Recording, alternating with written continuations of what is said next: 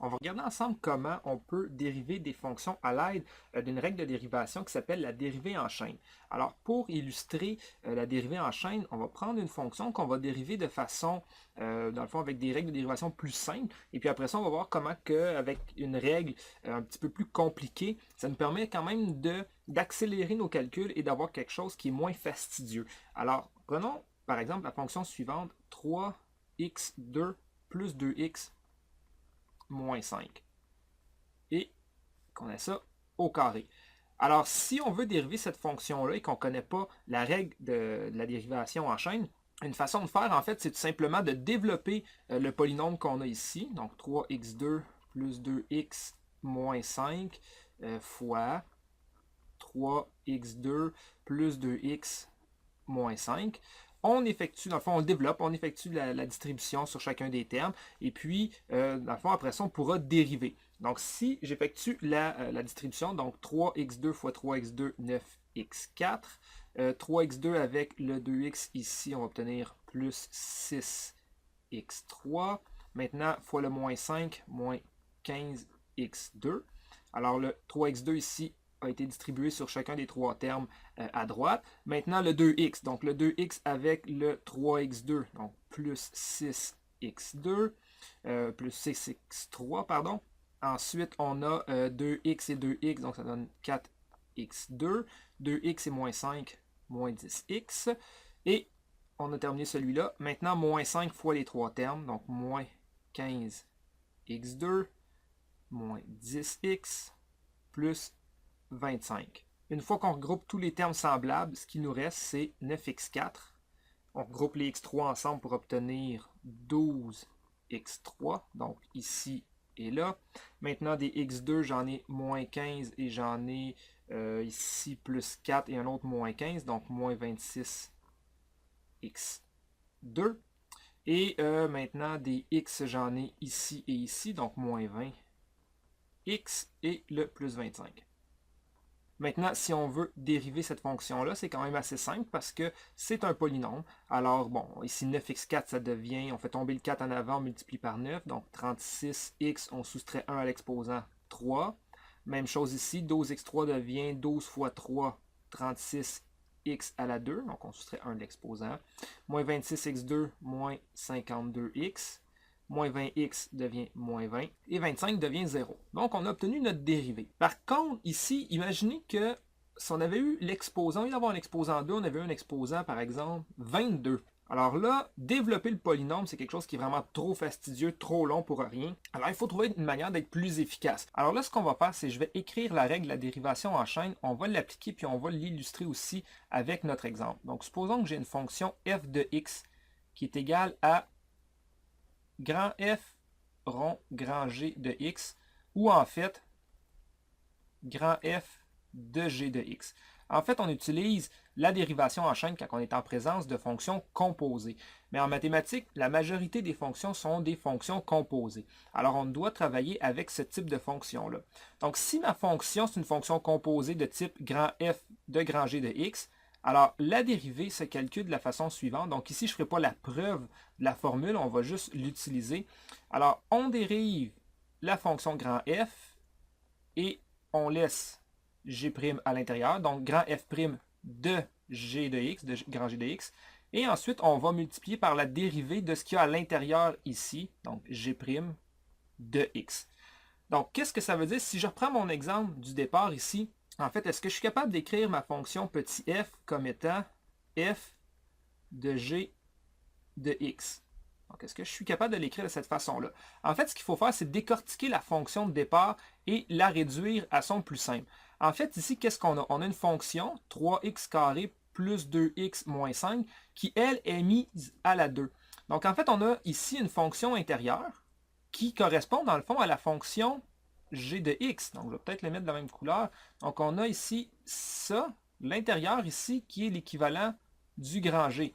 Alors, ceci pourrait être mon grand G de x que je mets au carré. Donc, en fait, on peut décomposer la fonction f de la façon suivante. Donc, dire que grand f de x, ça serait x au carré. Et que grand G de x, ça serait 3x2 plus 2x moins 5. Et si on décompose comme ça, donc la fonction intérieure qui est ici et la fonction extérieure qui est ici, alors en posant grand F la fonction extérieure et grand G la fonction intérieure, si on calcule grand F de grand G, ben, qu'est-ce qu'on obtient? On a, bon, ben, grand F, c'est la fonction x au carré, mais là, je remplace toutes mes occurrences de x par G. Alors, au lieu d'avoir x au carré, je vais avoir la fonction G au carré, c'est-à-dire 3x2 plus 2x moins 5 au carré. Et dans le fond, on a exactement la fonction petit f de x. Alors, si j'applique la formule que je viens de donner ici, qu'est-ce qu'on obtient? On obtient la chose suivante. Donc, que f' serait égal à, donc, la dérivée de la fonction f. Donc, la fonction grand F, c'est x2. Donc, sa dérivée, c'est 2x. Sauf que là, ici, il faut faire attention, je ne remplace pas par 2x, c'est grand F' de g de x. Donc, en fait, ici, ce qu'on doit prendre, c'est 2 fois x, mais mon x, je dois le remplacer par g de x. Alors, on va avoir 2 fois 3x2 plus 2x moins 5 fois, maintenant ici, la dérivée de grand G. Alors, la dérivée de grand G, c'est quoi? On l'a ici, 3x2 plus 2x moins 5, ça devient 6x plus 2. Alors, fois 6x plus 2. Et ça, c'est notre dérivée. Si on développe ceci, on obtient exactement la même chose qu'on avait calculé en développant notre truc au complet au départ. Alors, qu'est-ce qu'on fait? On trouve nos deux fonctions, on dérive la fonction extérieure. Ici, on obtient x carré devient 2x. Par contre, dans notre dérivée, il faut faire attention, c'est f' de g de x. Donc, on va avoir 2 et le x, je le remplace par ceci, qui est ma fonction g. Et ensuite, on remplace, plutôt on multiplie ici par la dérivée de g', dans le fond, par la dérivée de g, pardon. Donc, qu'est-ce que ça veut dire? Grosso modo, ça veut dire quoi? Ça veut dire que je prends ma fonction extérieure, je la dérive, je laisse g à l'intérieur et je multiplie par la dérivée de l'intérieur. On va faire un autre exemple. Donc, je vais commencer par réécrire la règle de dérivation. Donc, si f de x, c'est grand F de grand G de x, alors sa dérivée, c'est ce qu'on dit, la dérivée de la fonction extérieure et on laisse l'intérieur inchangé, et on multiplie par la dérivée de la fonction intérieure. Donc, par exemple, si j'ai la fonction suivante, f de x qui est égale à 7x8 plus 3x4 moins 1 en racine carrée et que je veuille dériver cette fonction-là. Alors, la première chose que je ferais, ça serait premièrement d'écrire ma racine à l'aide d'un exposant fractionnaire. Donc, racine carrée, c'est à la 1/2. Et là, on remarque que là, on a une fonction composée. On a ici quelque chose qui est à l'intérieur d'une racine carrée. Alors, pour dériver, voilà comment on s'y prend. Alors, on commence par dériver la fonction extérieure, c'est-à-dire la racine carrée. Donc, ça, c'est ce qui est à l'extérieur. Si j'avais, au lieu d'avoir l'expression 7x8 plus 3x moins 1, plus 3x4 moins 1, si j'avais à la place x à la 1/2, qu'est-ce que je ferais? Je ferais tomber le 1/2 en avant. Je garderais mon x tel quel et je soustrais 1 à mon exposant pour obtenir moins 1/2. Alors ça ici, voyez-vous, ça c'est f', c'est le grand f' ici. C'est-à-dire je fais tomber le 1/2 en avant. Je conserve l'intérieur pareil. Alors 7x8 plus 3x4 moins 1. Maintenant, ce qui me manque, c'est la multiplication par la dérivée de l'intérieur. Alors 7x8 plus 3x4 moins 1 devient 56x7 plus 12x3.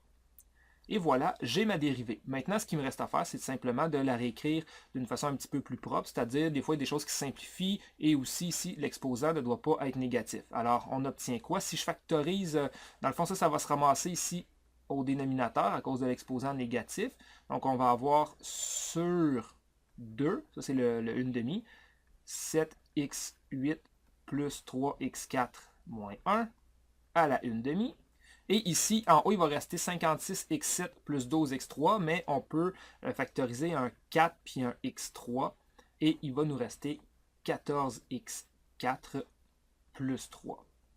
Maintenant, tout ce qu'il nous restera à faire, c'est simplifier le 4 et le 2. Alors, bon, on peut peut-être le faire ici. Alors, le 2 et le 4, il va me rester un 2 en haut. Donc, 2x3 fois 14x4 plus 3. Et en bas, on a 7x8 plus 3x4 moins 1 à la 1/2. Ou encore, si on aime mieux, mettre une racine carrée aussi, ça serait équivalent. On va regarder ensemble un dernier exemple où on va mélanger la règle de la dérivation en chaîne avec des règles de dérivation un peu plus simples. Donc, par exemple, ici, je vais prendre un produit. Alors, supposons que j'ai la fonction suivante, x2 plus x moins 1 à la 3 fois 5x plus 2 à la 7. Alors ici, j'ai une partie que je vais appeler A, qui est multipliée par une seconde partie qui est appelée B. Alors, si je veux dériver un produit, il ne faut pas oublier dans le fond que la règle de dérivation, ça va être la dérivée du premier terme dans le produit fois le deuxième inchangé, plus le premier inchangé fois la dérivée du deuxième. Par contre, quand je vais vouloir dériver le terme A ici, on voit que c'est une fonction qui est composée. Voyez-vous, on a x2 plus x moins 1 à la 3, donc je vais être obligé d'utiliser la dérivée en chaîne pour dériver le A. Même chose quand je vais dériver le B, parce qu'on a 5x plus 2, donc l'intérieur, et l'extérieur, c'est à la 7. Donc, si on met tout ça ensemble, on obtient la chose suivante. Donc, il faut que je dérive le premier terme. Alors, on va obtenir 3x2 plus x moins 1 à la 2. Donc là, je viens de dériver l'extérieur du A. Là, je n'ai pas terminé de dériver le A parce qu'il faut aussi que je dérive l'intérieur. 2x plus 1. Alors ça ici, c'est le A' fois le B inchangé. Plus le A tel quel, A carré plus x moins 1 à la 3. Et maintenant, il faut dériver le B. Alors ici, on a une fonction composée. Fait qu'on commence par dériver l'extérieur. 7, 5x plus 2 à la 6. Et maintenant, là, j'ai juste dérivé l'extérieur de la fonction B. Il faut que je dérive l'intérieur. La dérivée de 5x plus 2, c'est 5. Alors là, on a notre dérivée. Quand on dérive ce genre de fonction-là ici, on remarque qu'il y a des termes semblables dans chacun des morceaux de l'addition. Bon, premièrement, j'ai un x carré plus x moins 1 ici. J'ai un 5x plus 2 ici. Et j'en ai aussi des disponibles dans l'autre terme. Alors, on va faire une mise en évidence, puis on va pouvoir factoriser de façon efficace. Donc, je vais venir en haut, continuer. Donc, f' de x. Alors, dans le premier terme, il y a des x2 plus x moins 1. Donc, dans le premier, il y en a 2. Dans le second, il y en a 3. Donc, je peux en mettre 2 en commun. Ensuite, j'ai des 5x plus 2. J'en ai 7 dans le premier, 6 dans le deuxième. Donc, je peux en mettre 6 en commun. Et on va multiplier par ce qui reste dans chacun des termes. Alors, dans le premier, il va rester le 3. Ça ici, ça a été tout pris. Le 2x plus 1.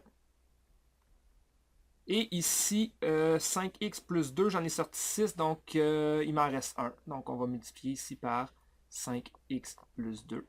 Voilà. Plus. Dans le deuxième terme, alors des x carré plus x moins 1, j'en avais 3, on en a sorti 2, alors il m'en reste 1. x2 plus x moins 1. Le 7 et le 5 vont rester là, donc 7 fois 5 donne 35, donc fois 35. Et le 5x plus 2 à la 6 a été complètement factorisé. Quand on remet tout ça ensemble, donc la parenthèse qui est ici, on peut la développer et la simplifier. Mais quand on remet tout ça ensemble, donc on a x carré plus x moins 1 au carré, 5x plus 2 à la 6, donc ça c'est les deux premiers termes qui ont été factorisés, fois la troisième parenthèse. Une fois qu'on fait toutes les simplifications, ce qui nous reste c'est 65x2 plus 62x moins 29. Donc on a notre fonction dérivée et on a aussi une factorisation qui est quand même ici adéquate.